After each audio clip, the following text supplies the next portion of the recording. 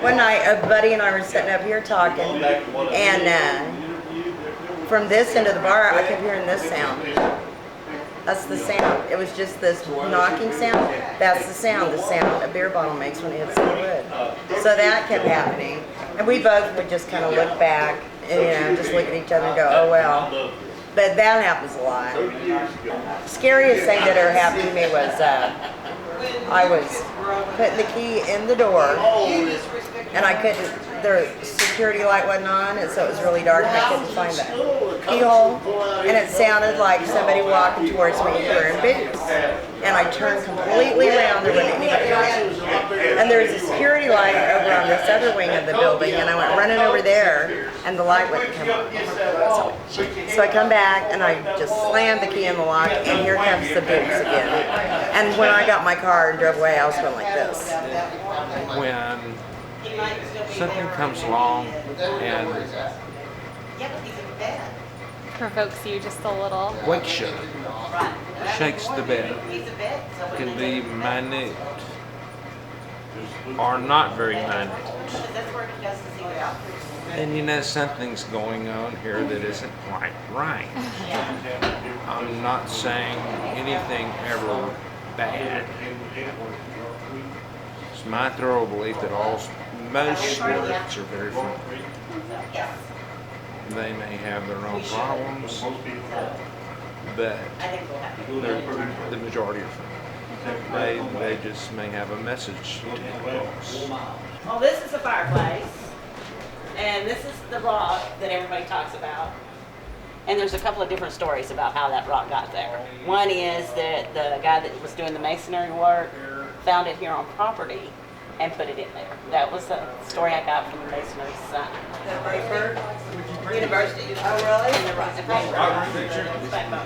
Robert's picture. Would you bring? why do you think you aren't really scared? Because whoever's here wants to be here. Everybody loves this bar, and you know, you just come back to visit, I guess, and some of them never leave.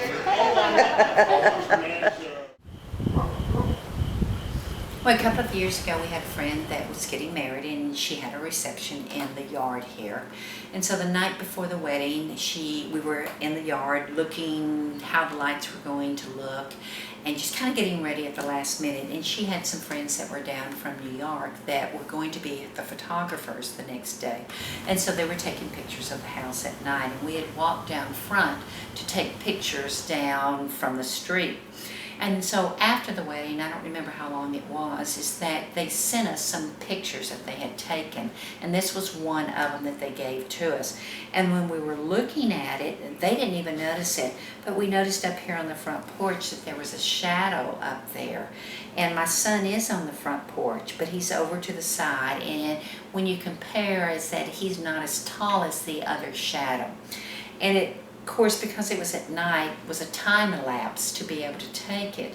But if it were my son over on this side walking across, we would have been able to see that in the photograph, and it's not. So here it is, appears to be a figure up there that's not solid. So we consider that to be our ghost of the house. Usually people that are here the latest, end of the night, closing, last ones to leave, are usually the ones that would hear it.